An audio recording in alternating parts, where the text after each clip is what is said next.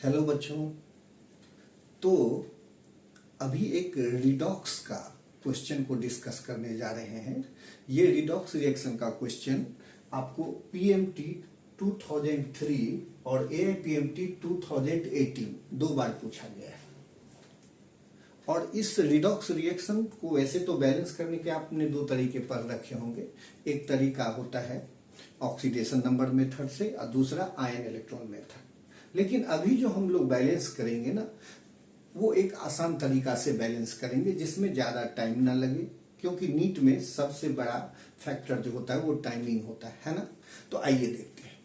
Question कहता है कि for the redox reaction MnO4 minus, जिसको आप लोग परमैंगनेट आयन कहते हैं, C2O4 minus oxalate ion H plus acidic medium में, तो ये दे रहा है Mn+2 और CO2 गैस रिलीज हो रहा है।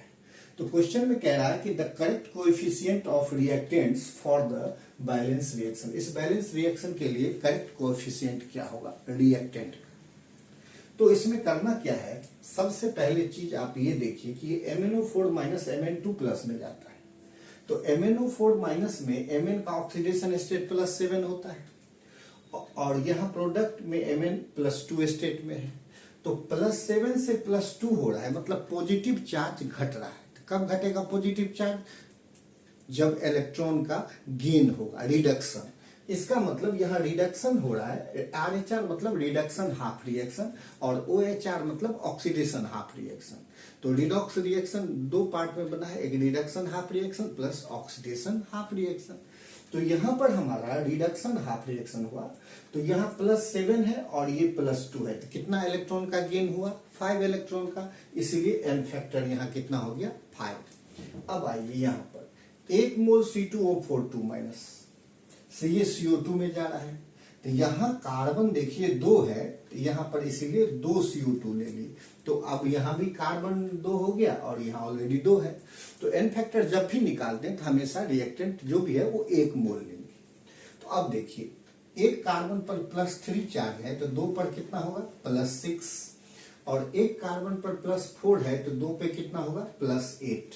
तो +6 से +8 हो रहा है, मतलब पॉजिटिव चार्ज बढ़ रहा है, मतलब इलेक्ट्रॉन लॉस कर रहा है, ऑक्सीडेशन हो रहा है। तो कितना का? +6 से +8, 2 इलेक्ट्रॉन का लॉस हो रहा है। तो यहाँ इसका n फैक्टर कितना ले लिए? 2। तो इसका मतलब ये हुआ कि जब MnO4 माइनस Mn2 प्लस में जाता है तो वहां n फैक्टर हमारा 5 होता है। और जब ये C2O4 माइनस CO2 में कन्वर्ट करता है तो इस केस में n फैक्टर कितना होता है? 2। तो रिडक्शन वाले पार्ट में n फैक्टर 5 आया और ऑक्सीडेशन वाले पार्ट में n फैक्टर कितना आया? 2। ओके, अब देखिए इसको आसानी से कैसे बैलेंस करते हैं। तो ये +7 से +2 रिडक्शन वाला पार्ट है और ये +3 से +4 जा रहा है, तो ये ऑक्सीडेशन वाला पार्ट है। तो आपको करना क्या है कि ये जो देख रहे हैं ये कोफिशिएंट किसका है? रिडक्शन पार्ट को का, तो उसको ऑक्सीडेशन पार्ट में मल्टीप्लाई कर दीजिए। और ऑक्सीडेशन वाले पार्ट का n फैक्टर 2 है, तो उसको रिडक्शन वाले पार्ट में मल्टीप्लाई करें, मतलब क्रॉस मल्टीप्लाई करेंगे। तो देखिए, तो यहाँ पर ये रिडक्शन वाला पार्ट है, तो रिडक्शन वाले पार्ट में ऑक्सीडेशन वाले पार्ट का n फैक्टर से मल्टीप्लाई करेंगे। तो ऑक्सीडेशन वाले का कितना था? 2, इसलिए इसको 2 से मल्टीप्लाई कर लिए। और ये ऑक्सीडेशन वाला पार्ट है, तो इसमें रिडक्शन वाले पार्ट से मल्टीप्लाई करेंगे। तो रिडक्शन वाले पार्ट का n फैक्टर कितना था? 5, तो इसको 5 से मल्टीप्लाई कर दिए। तो इसको 2 से कर दिए और इसको 5 से। अब आप देखिए जब इसको 2 से करेंगे तो 2 MnO4 माइनस और ये 2 Mn2 प्लस। ओके, और इसको 5 से करना है तब 5 C2O4 माइनस और यहाँ 2 है तो 5 2 जा 10, तो ये 10। ये हो गया 2 MnO4 minus plus 5 C2O4 minus 2 Mn2 plus 10 CO2। तो ये तो बैलेंस हो गया, जहां ऑक्सीडाइजिंग रिड्यूसिंग एजेंट तो बैलेंस हो गया। अब हमको करना क्या है, मीडियम एसिडिक है, तो एसिडिक मीडियम में बैलेंस करने के लिए हम लोग को क्या करना पड़ता है? सबसे पहले ऑक्सीजन काउंट कर लेते हैं और जिस साइड ऑक्सीजन की संख्या कम होती है, जितनी कम होती है उतना वाटर मॉलिक्यूल ऐड कर देते हैं। तो आइए चेक करते हैं। यहाँ देखिए एक MnO4 माइनस में 4 ऑक्सीजन है, तो 2 में कितना होगा? 8 ऑक्सीजन। और एक ऑक्सीलेट आयन में 4 ऑक्सीजन है, तो 5 में कितना होगा? 5 4 जा 20। तो ये टोटल इधर 8 और इधर 20, तो टोटल इधर ऑक्सीजन हो गया लेफ्ट साइड में 20। अब राइट साइड में देखिए, एक कार्बन डाइऑक्साइड में 2 ऑक्सीजन होते हैं, तो 10 में कितना होगा 20। इसका मतलब रिएक्टेंट साइड हमारा टोटल 28 ऑक्सीजन का एटम है और प्रोडक्ट साइड कितना है 20।